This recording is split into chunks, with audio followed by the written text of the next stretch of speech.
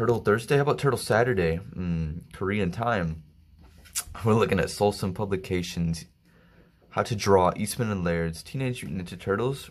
Released 1986. Obviously, Solson, a pretty infamous black and white publishing company. This time, art by, of course, Eastman and Laird, with additional art by Rich Buckler, Gary Brodsky. Yeah, this is coming off the height of the Ninja Turtle success, but 2 years into their 2 years into the run. Solson Publications releases How to Draw, a pretty interesting book actually. I wish I'd got this sooner. This was a gift sent to me from my dad over back home, so this was a nice surprise. It came with this and Eastman and Laird. Check this out real quick. Came with he double packed it. We got a 2-for-1 today. There we go. This one I have a somewhat decent memory of. I'm not sure who does the. Oh, well, there you go. Eric Talbot. Well, wow. What do you know? Maybe that's another. Maybe we'll get my other co-host to review this. I'm sure he has issues of it. But today we're gonna focus on. Well, camera problems. We're gonna focus on a pretty cool issue. How to Draw. I feel like if I had this and How to Draw Comics the Marvel way, I probably would have already been a pretty successful cartoonist. And now, I will admit, it's not exactly the best How to Draw book. It's pretty fanfare, you know, your classic, draw the circle, draw the line, you know, step 1, draw the circle, step 2, you know, draw the shape, step 3, add in all the detail, you know, kind of skipping the bits in between. But all in all, pretty great book. You know, it opens up with some quick bios of the Ninja Turtles, some art. Iconic. I feel like Donatello at this time is really iconic. He's got some of the best poses up there with Raphael. So yeah, just simple bios. An ad for Reagan's Raiders. World terrorist organization. America fights back as Ronald Reagan and his super terrorist camera cut. Okay, what was I saying? Yeah, this gives off major Ben Mara vibes. Reagan's Raiders. I wonder if he's taking a look at this. Anyway, we cut back to Leonardo. Woo. Leonardo, leader of the group. You know, it's amazing what doesn't change or really stayed like from the beginning. You know, everyone's characters were essentially fleshed out. You know, there haven't been any like major changes to the Ninja Turtle story. You know, Leonardo the leader, Raphael the hothead, you know, Michelangelo the comedy relief. Though I feel in the first issue, you know, their personalities are there, but they definitely get fleshed out over time. Leonardo. I see this was, yeah, construction of the heads. Iconic right there. I've drawn this so many times in my sketchbooks. This pose. And let's see. Something similar. I think everybody has at least one Donatello pose similar to these two. And Michelangelo. There's one for Leonardo further in the book. I'll get to that one. But yeah, I think everybody's got a Raphael pose. Just as similar. And so yeah, I would say it's pretty decent though. It's very good because it does give, you know, simple instructions. You know, the angles are important. Constructions of the head. Because when I draw the turtles, I essentially just skip the first step. Just go for the shape and the details. You know, basically this one. I just go for that. That's my start. Turtle expressions. I did like when the iconic right there. Turtle teeth. Yes, the Virginia turtles do have teeth. Thank you. You answered one of my questions I'd been thinking about my whole life. From sketch to finish. Yeah, step 1, get your figure out already. Step 2, You know, define it more. Step 3, skip everything, go to the detail with the construction of the elbow and knee pads. Yeah, this is always hard. You know, I don't care when you're drawing the turtles in a profile view like this. It takes time. That is time consuming to complete. This is a hassle to draw. Turtle shells. I always love drawing turtle shells. I think the minute I figured out how to do detail, you know, on the turtle. Once you stop drawing turtles and they're like, you know, this kind of angle, and you start getting more expressive, you know, this is when you truly start to do. You can call yourself a turtle artist when you start to make some shells. You know, if you do draw a semi-decent turtle shell, and you submit yourself to a comics publisher, you got a career right there. Turtle hands. I always think of just the sausages. They're just, you know, classic, just 3 fingers. You know, even my own pose. If you need to do a turtle hand reference, here you go, right there. You got a little turtle hand. That being said, getting expressive like that is kind of hard.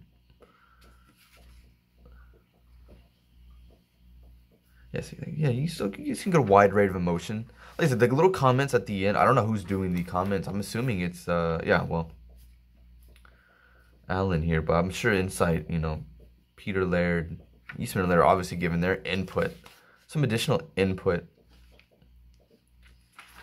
Next, we got legs and feet, which I think I find turtle feet to be if you draw the easiest, this is the easiest version, easiest way to draw it, you know. Showcasing the feet, bottom left foot, you know, bottom feet. More action. Tell me that's not Kirby. Adds some Kirby dynamism right there. Classic. Yeah, right here. These are, you know, can't say you've drawn the turtles if you haven't drawn them in a pose like that. If your sketchbooks aren't full of turtle poses of Donatello leaping into action, I don't want you calling yourself a turtle artist. But that's cool. Does it go from, we'll get to the pinup in a second. I guess we'll skip that real quick. But it does go into some pretty good comic storytelling from the turtles. You know, I presume these are just Xeroxes of thumbnails. I'm not sure how early. This is probably just thumbnails, or half the complete. I don't know if this is, you know, half completed, or if, you know, if any of this is going to change. But this looks just about the same. What issue is this? Issue number 6. This comes from issue 6. I have yet to read the issue, like single issues. I've only read the first comics trades, which I find great. I mean, those ones I had to hunt down. Those are probably the most fun I ever had collecting comics.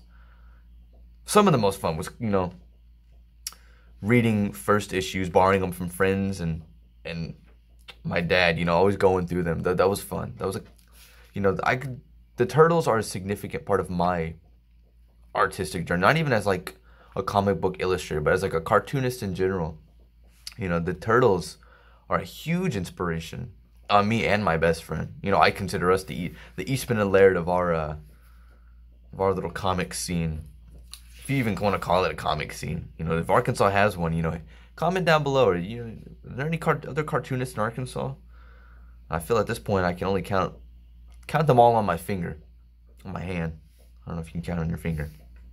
But yeah, does some cool comic storytelling breakdowns. What are we doing on time here? All right, perfect. We'll go back. This gorgeous, what do you call this? Is this a turtle centerfold or a turtle's pinup? Certainly gorgeous. Peter and Laird, 85. Yeah. Classic. Just iconic. You know, the turtles, of all the iterations, I would say, you know, from day one, they were there. You know, they were complete. Some, you know, other cartoon characters are like that. I think Captain America, you know, you read those early Kirby and Simon issues, you know, his whole shtick is there from the beginning. Even when he gets thawed out, you know, and Marvel's doing their little return in the 60s, you know, not much has changed in his 75 years of, you know, creation. Classic. Yeah, classic storytelling, action.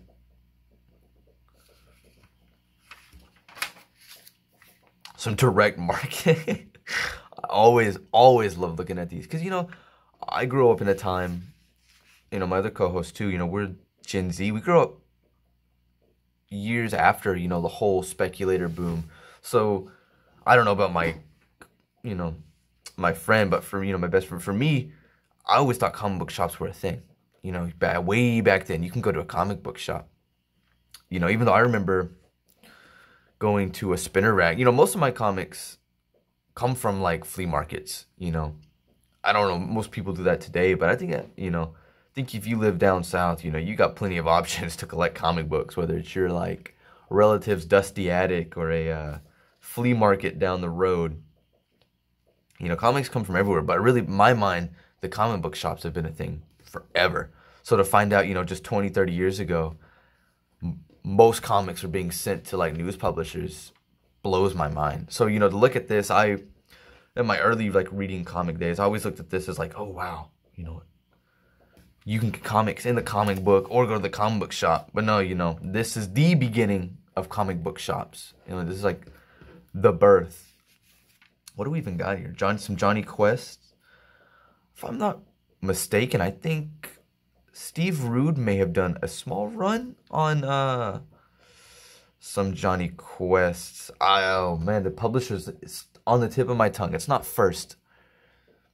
It's one of those like I want to say maybe Quest is on my mind, but if anyone knows, it may have been First publisher. I think they were doing Nexus too. I think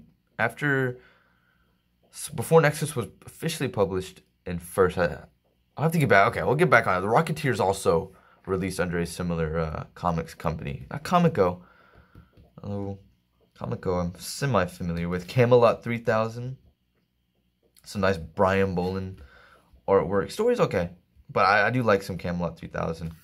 I got half the run in the 50 Cent band from a few years ago before our big comic book store, my favorite comic book store, shut down. Dark Knight, Daredevil, Crisis on Infinite Earths.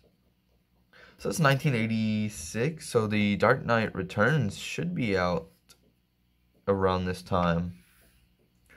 New Mutants, Sienkiewicz run, I believe. Yeah, somewhere. New Wave, Ninja Funnies. Yeah, some of these, you know, I'm not too familiar with. Like I said, most of these were Comico or Solson. Hell, I'm sure probably some of these publishers aren't even a thing anymore. Majority of them. Twin Rockets right there. Issues 13 through 17. Only $3. I'll check them out, see what they are now. Oh, we got some imitation, some Ninja Turtles imitation. Miami Mice. Secret Wars. Scout. Oh, it's cool. Some Truman Scout. Issues 3 through 8, $2. Yeah, you ain't gonna get that anymore. The Rocketeer graphic novel. There's no publisher.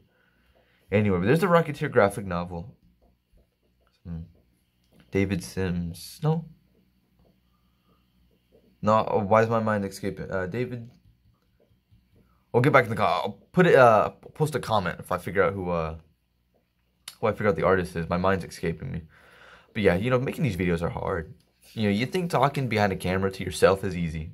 You get stage fright. So hopefully, as I progress, I'll do more videos and hopefully I'll get more comfortable over time. Holy, look at that Watchmen. Watchmen issue 1, $3. Issues 2 through 4. Oh, shout out to X-Men Classic.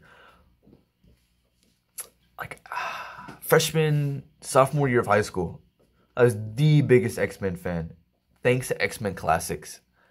You know, you get all of these, you know, reissues of classic X-Men stories. You can still get them for $1 or $2 on my comic shop. You know, so as a kid, you know, spending some of my like work money, majority of that went to like X-Men Classic. You know, some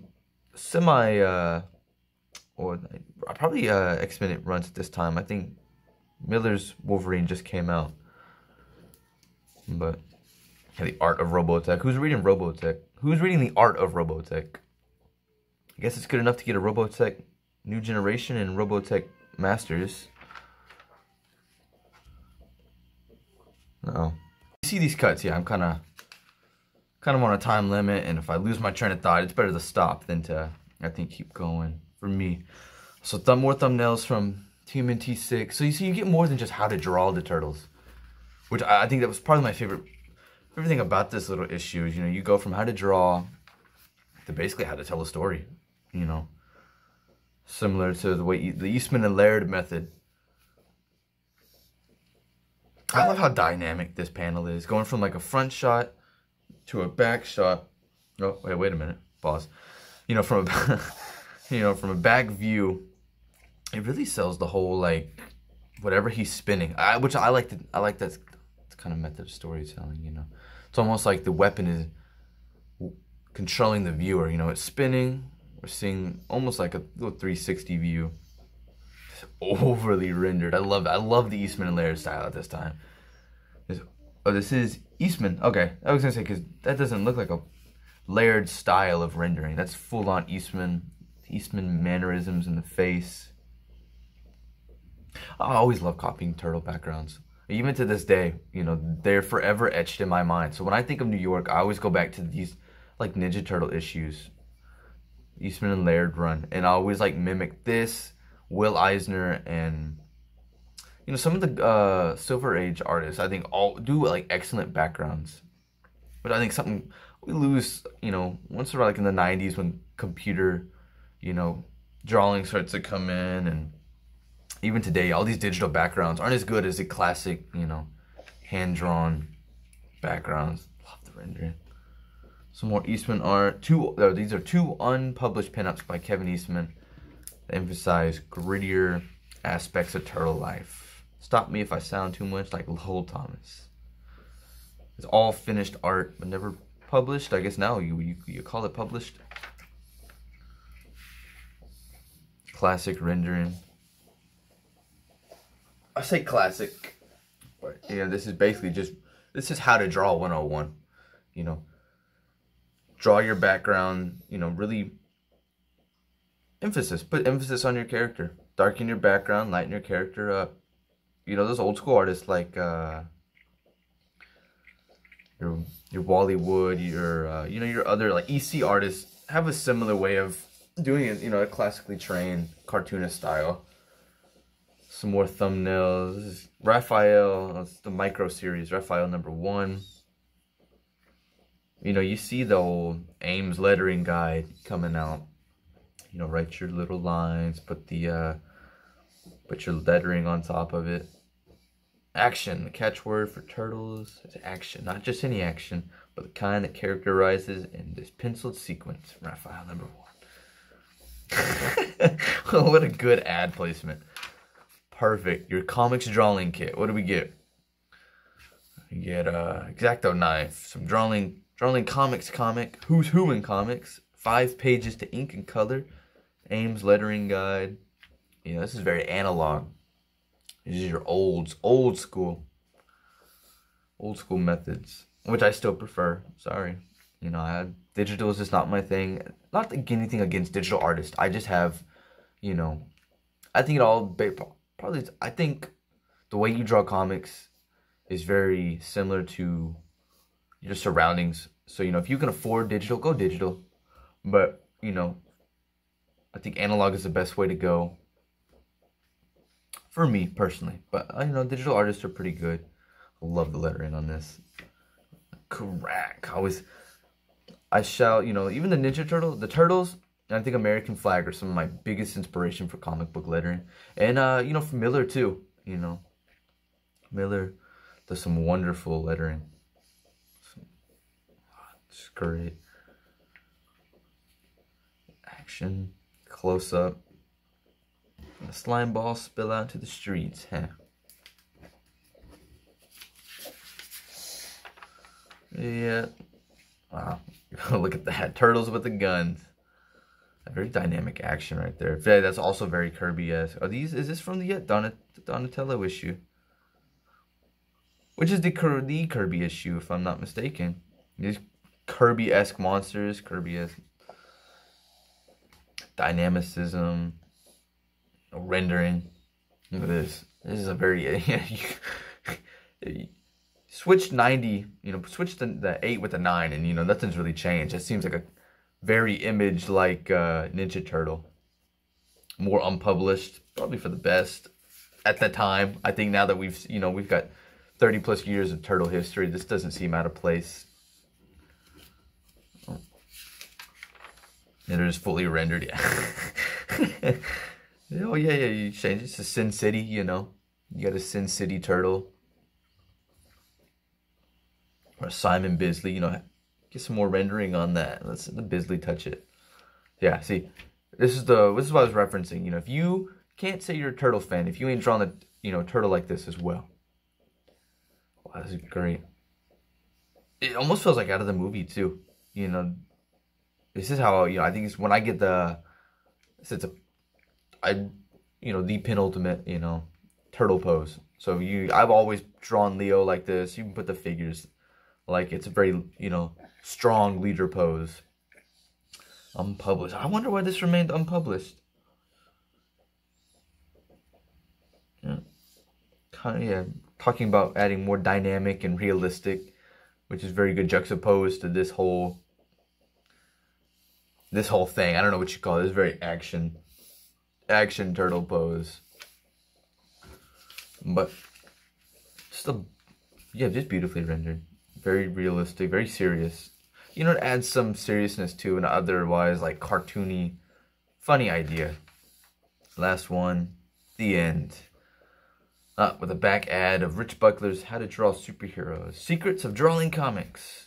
Top Marvel and DC artist Rich Buckler. Do we have any Rich Buckler fans? I know he does a lot of, I hate to call him a jobber, but aside from creating Deathlock, I can't really think of anything too great. I've got a few of his, I don't know what you call filler issues of Fantastic Four. Oh, what's Bernie Wrightson say? Rich has a special gift, the ability to teach what he knows. There was no book explaining how to do it until now. Oh yeah, I guess it is 1986. There's no, there isn't really anything at this time. I mean, there's besides How to Draw Comics the Marvel Way. There is in Scott McCloud's Understanding Comics.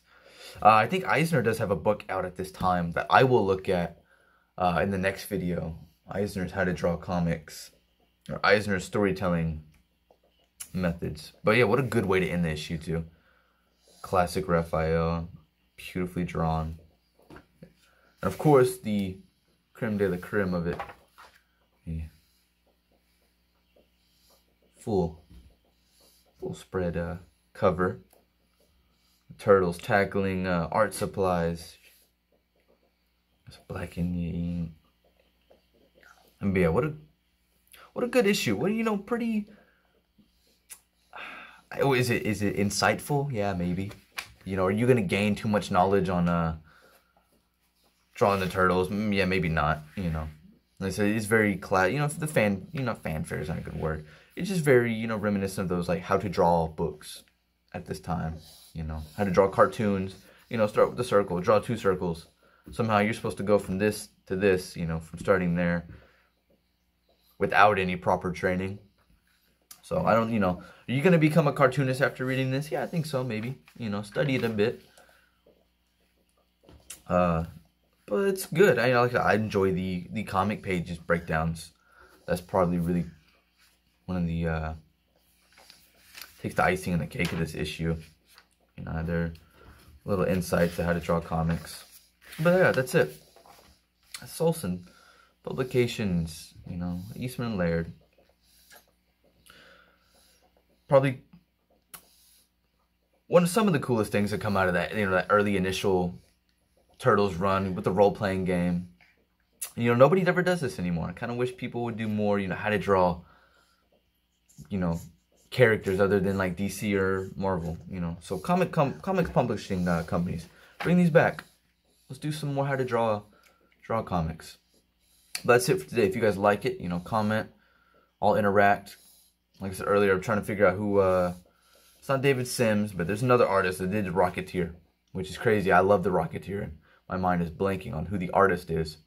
But yeah, comment, like the video. We recently got to 100 hours of watch time. My other co-host, best friend mentioned that. I was pretty excited too. So yeah, thank you all for